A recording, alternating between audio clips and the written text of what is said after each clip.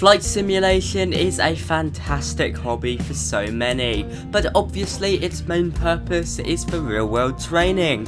Have you ever wondered how a flight simmer with some experience would react to being the pilot of a Boeing 737 in a state of emergency? Well, as scary as that may sound, today I took the Boeing 737 out for a spin on 3 flights, seeing if I could fly this aircraft with minimal help. Ladies and gentlemen, welcome to a very interesting video. Join me as I see if I can fly a Boeing 737 in a fixed simulator. Let's go.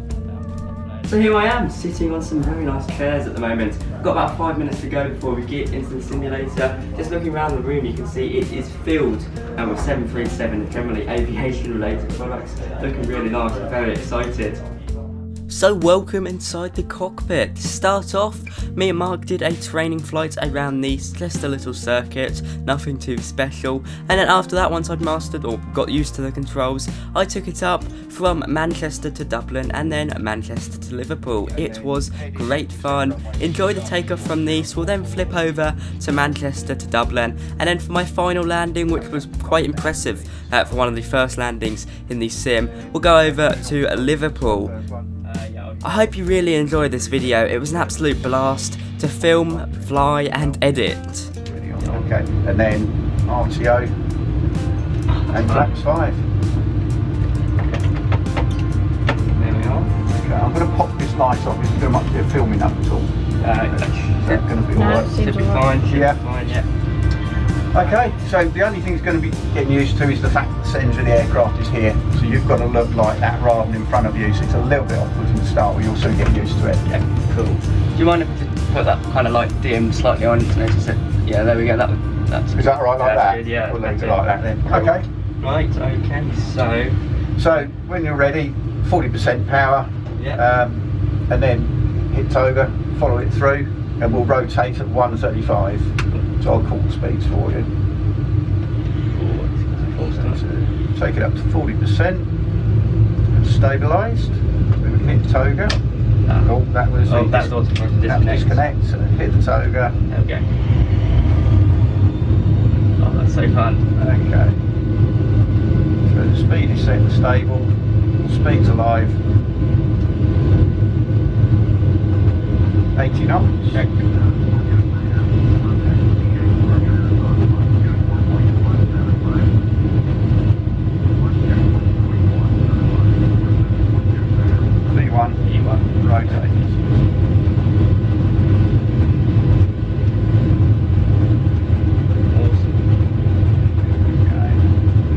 Slightly close. Yeah, positive rate. Gear up, out and up, that's it. Just got a little lock on it, you have to pull it out and up. Okay, you're looking for 15 degrees of pitch, initial climb. Okay, we've got speed 170, so want flaps 1.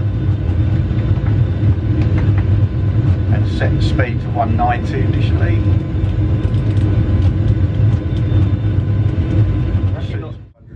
So here I am on my first ever approach in a flight simulator like this into Nice Airport. Now, as Mark said at the start of my flight today, it was really difficult to actually move myself out of kind of PC flight simming thoughts, i.e. you being in the middle of the monitor matches up with the centre line. You had to really position yourself to the right a bit more. I found this really difficult to actually do on my first landing, and you'll see it, my first landing was horrible.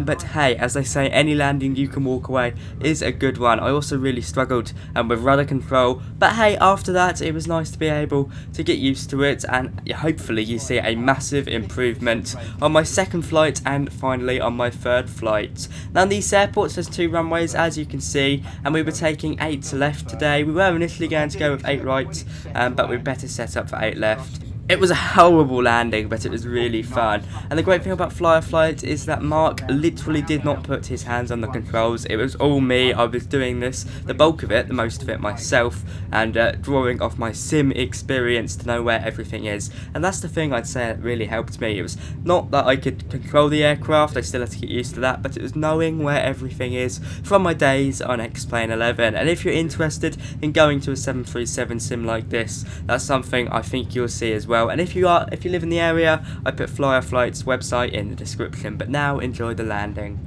Yeah, that's nice and stable.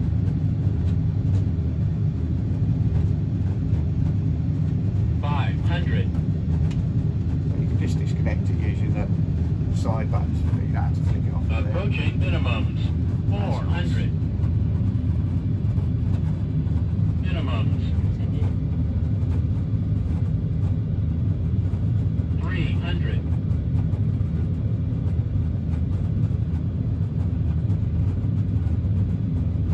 200. Right.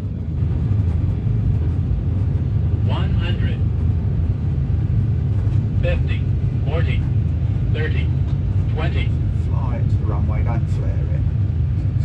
Sorry. That's right, it will balloon. 10. Fly the nose down. There we go. That was Good. rough. And reverse. Just a bit, about halfway.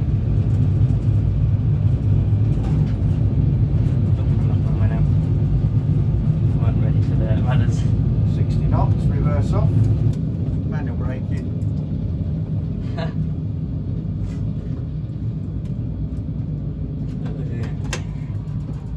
Brilliant, well done. There we go. There was my first landing in the Boeing 737. Wasn't the best. It was pretty bad, but first time. What can you say? That was great fun.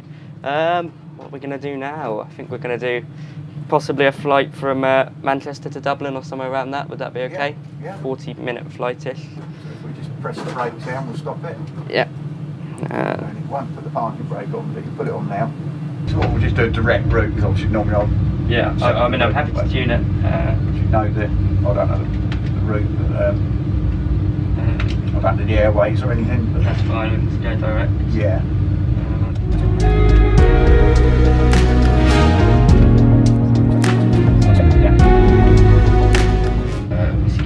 It's Dublin.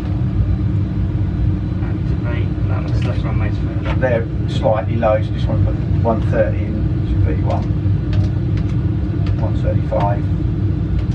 Take off. 142.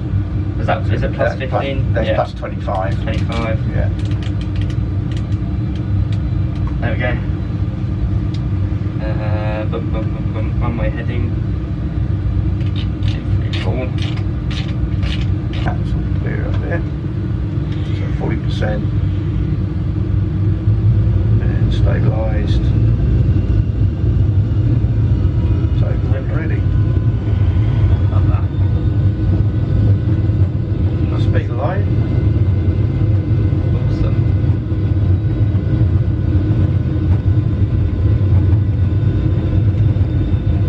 80 knots. Okay. Didn't trim it. Oops.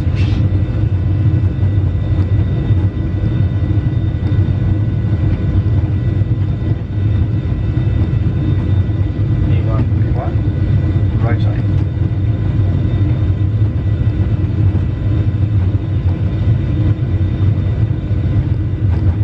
In the Boeing head, it's a lot more manual, obviously. There's a lot more work for you to do. It's a great aircraft, it's an incredible system, but it's not a pilot's aircraft. So soon after my takeoff from Manchester Airport, we reached our cruising altitude at flight level 200 en route to Dublin. At this time I got to ask Mark some very nice aviation questions. It was just very nice to see his perspective on aviation and how he's been in love with it since he was a young boy. I think a lot of us can relate to that. Now let's go over to Dublin for our approach and landing. 140 Slightly off the centre line there. 2.5 degrees. 1,000.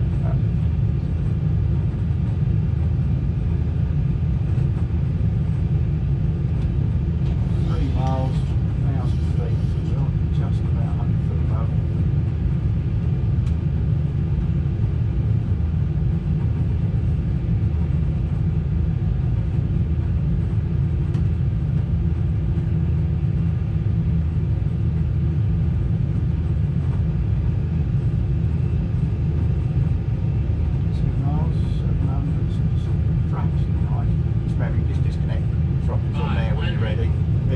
it doesn't matter. That's it. Approaching minimum. Then you just, once you disconnect the throttles, you should get your hands on the throttles because that's your hand is then telling you Minimums. they're not on auto anymore. 300. 200. Better? Nice and stable. Don't flare it when we land, just fly it to 100. 50. 40. 30. 20. 10. Fly it, don't flare it, fly it, having a little bit of a bounce, keep it flying, it's going to come down again. 20. 10. That's better. There we are.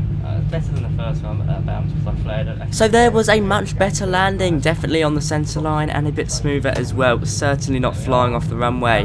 But because I was so concentrated on that, I forgot to extend my speed brakes, which resulted in me floating the aircraft. I bounced because of that. So yeah, a lot to learn from here. But now let's move on to our final flight, which was a much bigger improvement. So here we are, final flight now, Manchester to Liverpool. We're going to squeeze it in. Let's go. So, Right. runway heading. 2, 3, 4. So rather than putting the route in, if you go into your route page and you just put Liverpool's destination and then put departure. Not too sure what Liverpool is. So Echo Golf, Golf Papa. And we'll go, just press runway select and we'll go straight in on 27. Cool. It's literally on, you can see the runway line is almost on top of the blue line. Cool. It's literally take off round, so you only need 3,000, you've got that set. Runway heading is set. Cool. Speed 165 again, should be 167. And then manual throttle's auto throttle entirely up to what you want to do. RTO. Brakes are all ready off. Cool. Ready when you are.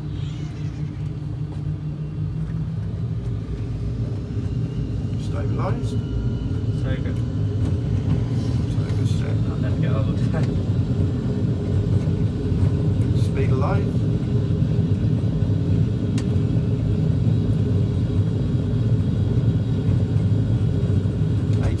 Okay.